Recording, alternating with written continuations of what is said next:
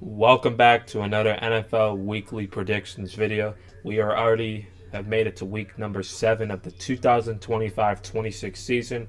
I hope everyone's having a great week so far. We're just going to dive in right into this video. So some of your game announcers, the Rams Jaguars game, it's expected to be Rich Eisen, Kurt Warner.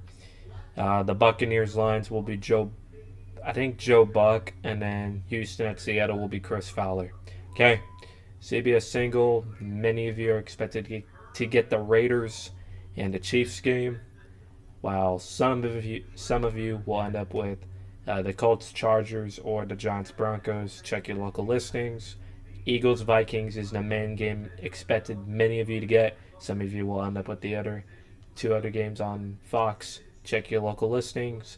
And then the Fox late, many of you are expected to get Washington and Dallas. Again, check your local listings. All right. Last week, I went a record of 10-5.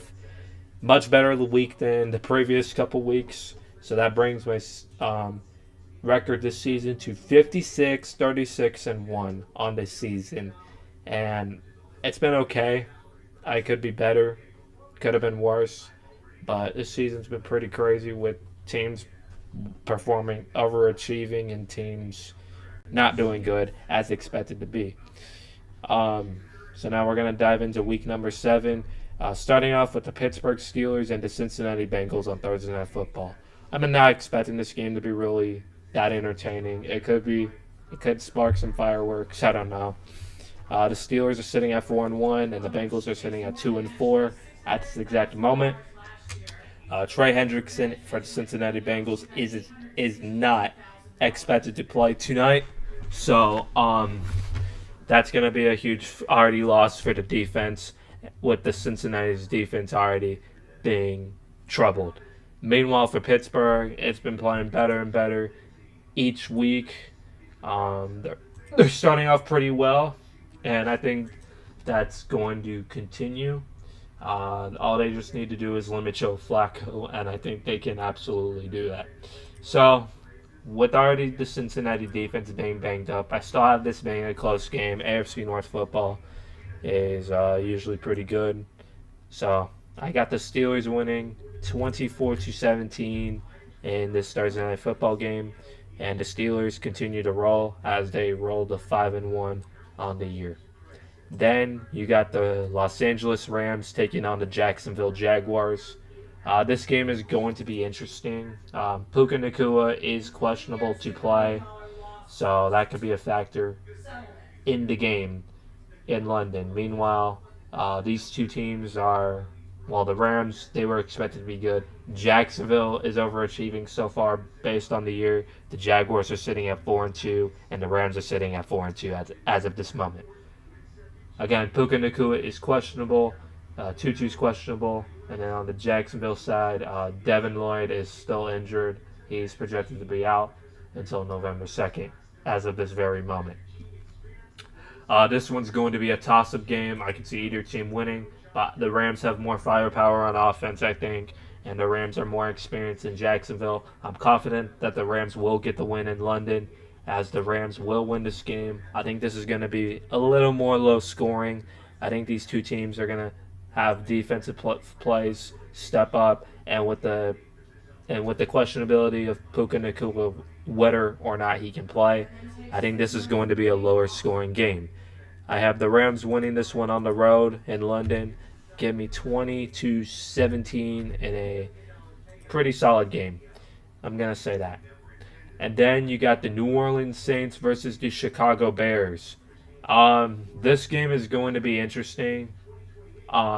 This may be interesting to watch. Look, I know the Saints have not. You can call the Saints, they're a bad football team, but this team has been playing its best competitive football as a bad football team. All of their losses have been pretty close, except for the Seahawks game and the Bills game. The Bills was by 2 scores, and then the Seahawks won. They got blown out in the water. But other than that, the Saints have been playing pretty solid football.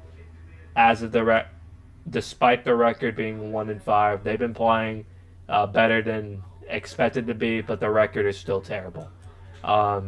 The Saints are coming off a close loss to New England, and meanwhile the Bears are coming off a road thriller in Washington as they won 25-24 for the second straight game.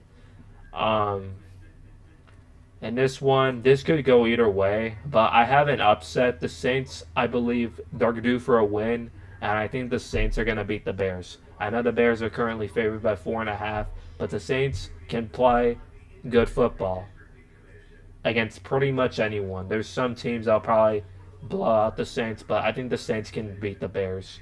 And the Saints have been beating the Bears as of history. The last time that the Bears have beaten the Saints was in the year 2008, as the Saints currently lead the series 19-15.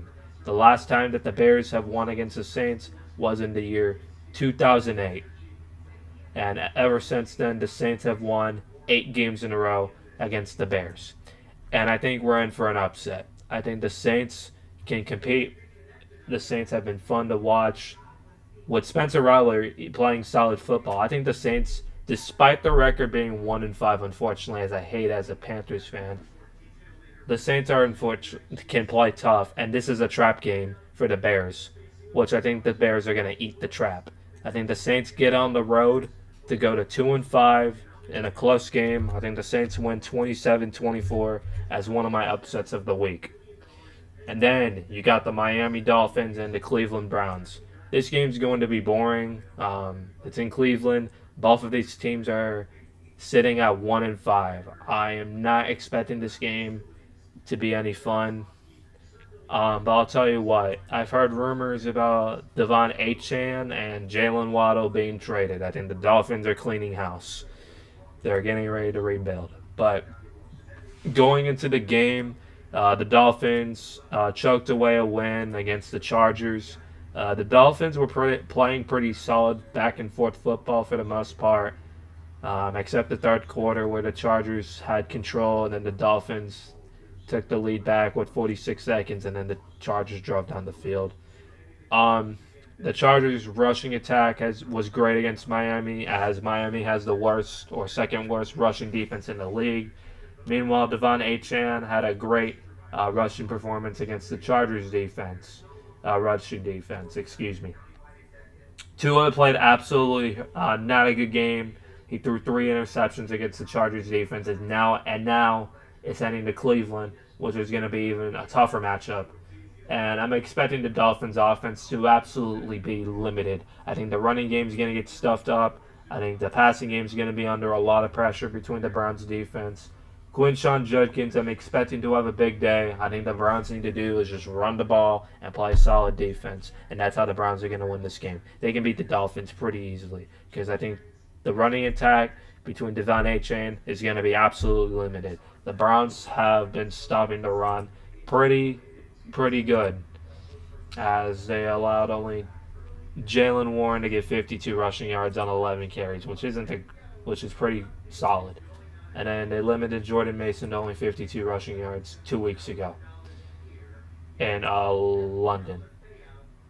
Now, I'm expecting the Dolphins to go on the passing attack because the Browns probably have the best rushing defense to prevent the run.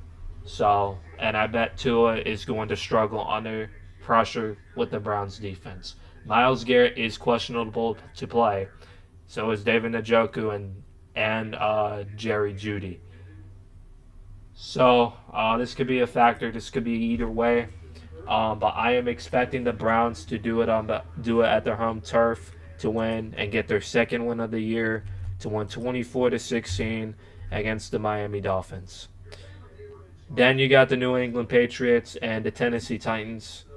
The Tennessee Titans, another bad loss to the Raiders.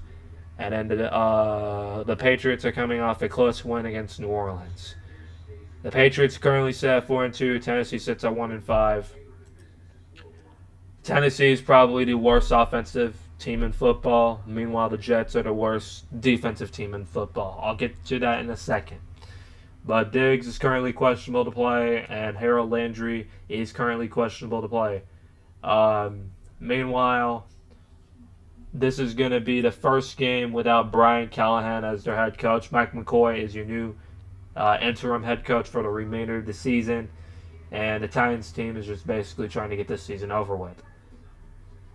I'm expecting the Patriots to handle business on the road, to win 28-14. There's not much to talk about. Tennessee sucks, and I think they're going to be one of the worst teams in the league.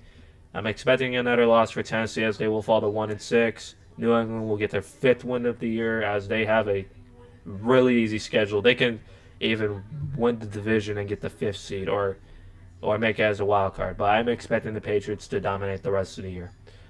Give me 28-14 New England in this one. Then you got the Las Vegas Raiders and the Kansas City Chiefs. The Raiders have finally gotten their 2nd win of the year, as they beat probably the worst offensive team in the league. That's fine. The Raiders desperately needed a win. Now they're going into Kansas City, not looking great. Meanwhile, Kansas City is coming off a big win against Detroit, limited Gibbs and Montgomery, which was probably the plan. And Jared Goff played fine, but the Lions couldn't execute scoring. So that was about it from that game. The Chiefs sit 3-3, and the Raiders are 2-4. Going into this game, I'm expecting the Chiefs to probably handle business. Brock Bowers is questionable with a PCL. Jacoby Myers is questionable with a knee. And Josh Simmons is out with some personal things, and that's about it. But I'm expecting the Chiefs to blow them out of the water, as the Chiefs are starting to get hot. They're starting to get their groove together. They're going to get Rashee Rice back, and I think this is going to be a butt-kicking game for the Chiefs. The Chiefs are going to get their stuff together. I think they'll get their 4th win of the year as they win this game by the final score of 34-17 in this one. Then you got the Philadelphia Eagles and the Minnesota Vikings. Now, these two teams are in a slump right now. They do not look like themselves. The Vikings, coming off their bye week, they're right back in business, and the Eagles are coming off a terrible loss to the Giants last week from Thursday Night Football. This is going to be an interesting game. It's expected that Carson Wentz is expected to start again. As of right now, J.J. McCarthy is still questionable. He is limited. But I am expecting Carson Wentz to start again as of this very moment. Things can change. Just taking it one game, one day at a time. Andrew Van Ginkel is questionable, and Quinyon Mitchell is questionable, and Landon Dickerson is currently questionable. The Eagles have been struggling offensively as of this late, so this is something to watch on. Vikings have been pretty inconsistent so far, but the defense has been playing pretty well. Sorry, take a second there. But as they're coming off the bye, they're going to be rested and ready to go to beat this Eagles team. Now, the Eagles need to get their game together. They are sitting at 4-2. If they lose this game, they are going to be in some trouble here. The Commanders are right behind them, and they can fight for the NFC West East crown. Correction. Or Dallas can climb right back. Dallas is just going to be fine. But we're just going to take it one game at a time. I do have the Eagles barely squeaking out a road win against the Vikings. This is going to be a low-scoring game. I think the Eagles' offense has been trouble, and I think it's still going to be trouble against the Brian Flores-led defense. I do have the Eagles just getting it done, though, by the final score of 20-17. The Eagles' offensive coordinator, who's been calling the plays, has been terrible so far. They desperately miss Kellen Moore, who is now on the Saints as a head coach. The offensive coordinator that's calling the plays for the Eagles has not been good. They need to come up with different designs how they can make Jalen Hurts that capable quarterback that Shane Steichen and Kellen Moore made him in the years of 2022 and 2024. But I do have the Eagles getting it done here on the road, 20-17. And then the last Sunday afternoon early window game is the Panthers and the Jets. The Panthers are coming off a big home win against the Cowboys, and the Jets are coming off a terrible loss with the Broncos. Now, with this game, this is a trap game as a Panthers fan. This is a trap game. We could easily lose this game to the Jets. This is going to be an interesting one. Um, Going into the Panthers injury report, Pat Jones has suffered a season-ending back injury. He is out for the remainder of the year, unfortunately, and that's a big loss.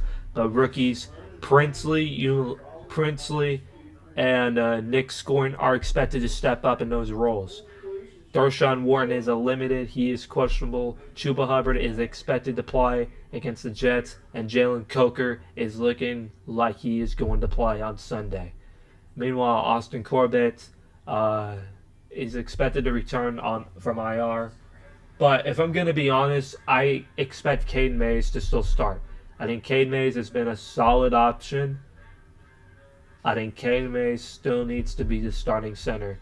Bryce has been getting a groove with Caden Mays under the helm instead of Corbett. I don't think Corbett should be playing center. He should be playing guard or tackle, I think. But other than that, going into the Jets are probably the worst team overall right now. They do not have a win, and now losing Garrett Wilson for some time is not going to help either. Justin Fields did not play a good game, although he has 0 turnovers on the year so far. He has no interceptions, but that does not help your case. Garrett Wilson is not expected to play.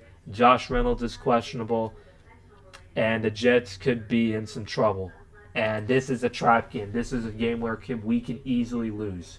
But to win this game, if Chuba Hubbard plays, you need to split the carries with Chuba and Rico. Rico's been on a tear, and I'm expecting him to continue being on a tear. You need to give at least Bryce averaging 25 to 30 pass attempts. No more than 30.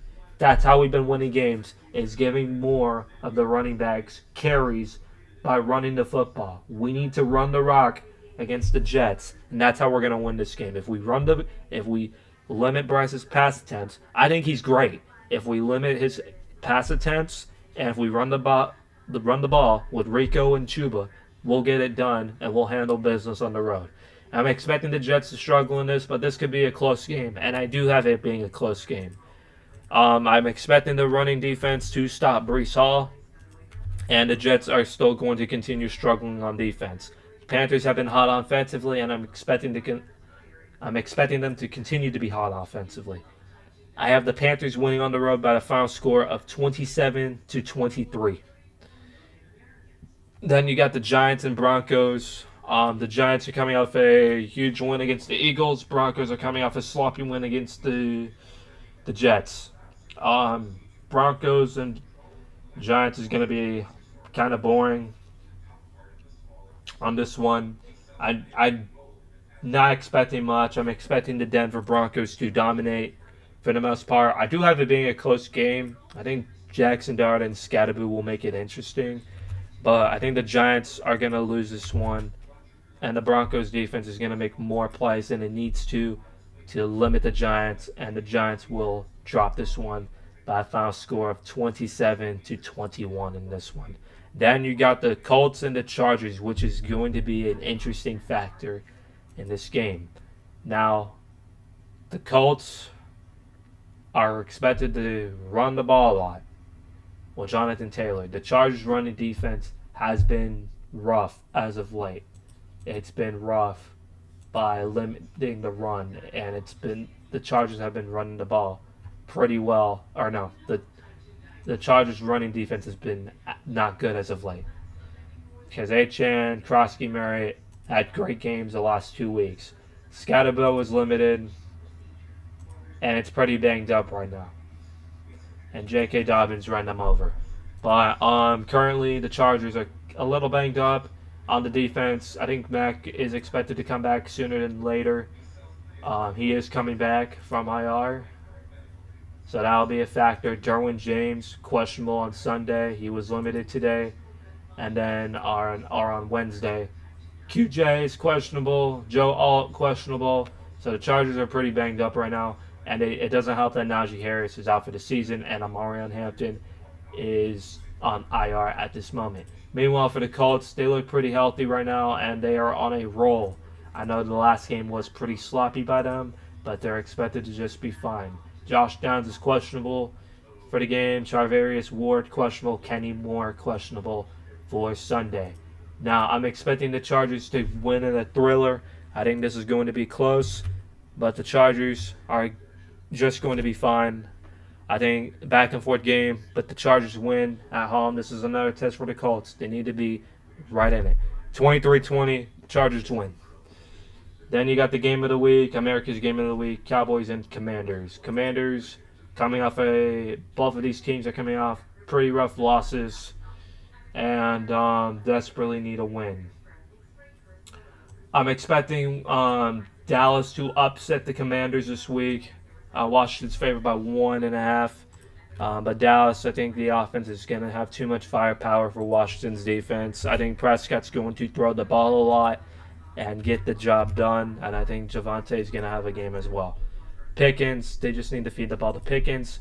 And CeeDee Lamb may be coming back, but Dallas is pretty banged up right now. Booker's out, or he's not out, but he's questionable. So is Tyler Smith. CeeDee Lamb is expected to be questionable as well. Kevontae Turpin questionable. Jack Sanborn, Donovan Wilson, both questionable. Washington, they're pretty banged up. Debo's questionable, but I'm expecting him to play on Sunday. Dorrance Armstrong, questionable, their leader in sacks. Terry McLaurin's also questionable as well. But I'm expecting Washington and Dallas to be in a thriller. Dallas gets it done, 30-27.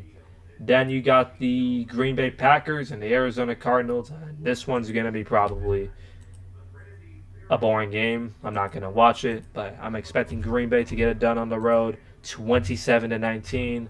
Arizona looks dead. That's all I'm going to say, but Kyler Murray is questionable as well. I'm not expecting him to play. I don't think. But he was limited. But we'll see what happens on Sunday. I'm expecting him not to play. Marvin Harrison, Michael Wilson, Zay Jones, all questionable. Bam Knight. Amari DiMercato is questionable. And yeah, the Cardinals are injured, unfortunately, but it's not looking good by week by week. So we'll just have to see what happens. Green Bay got a win against Cincinnati. Josh Jacobs questionable. Aaron Banks questionable. Their O-line's pretty banged up, but I think they should just be fine. Devontae Wyatt questionable, and Wicks is questionable. But Green Bay is expected to be fine. They've been hot, and I expect them to continue to be hot. Cardinals are in a slump, and they're looking worse by the week. But Green Bay gets it done 27-19 in Arizona. Then that gives us the Falcons, 49ers. Now that I think of it, I may consider taking the Falcons over San Fran in this one. San Fran's been hot. And the Niners are like fully injured, I should say, except for McCaffrey. Party and Jones, both questionable. I'm expecting... I don't know who's going to start on Sunday. I think it's probably Mac Jones again. Jawan Jennings is questionable. And Ricky Pearsall is questionable as well. But he did not practice Wednesday. Dominic Ponai has been questionable, and their defense is injured. Like Fred Warner and Bosa are both out for the year, and the Niners defense is in trouble.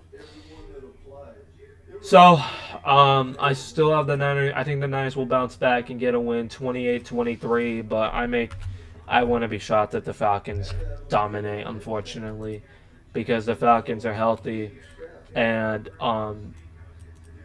the Falcons are just fine. Darnell Mooney's been banged up so far during the year, but I'm expecting him to come back. But we'll see what happens. And the Falcons are pretty healthy for the most part right now.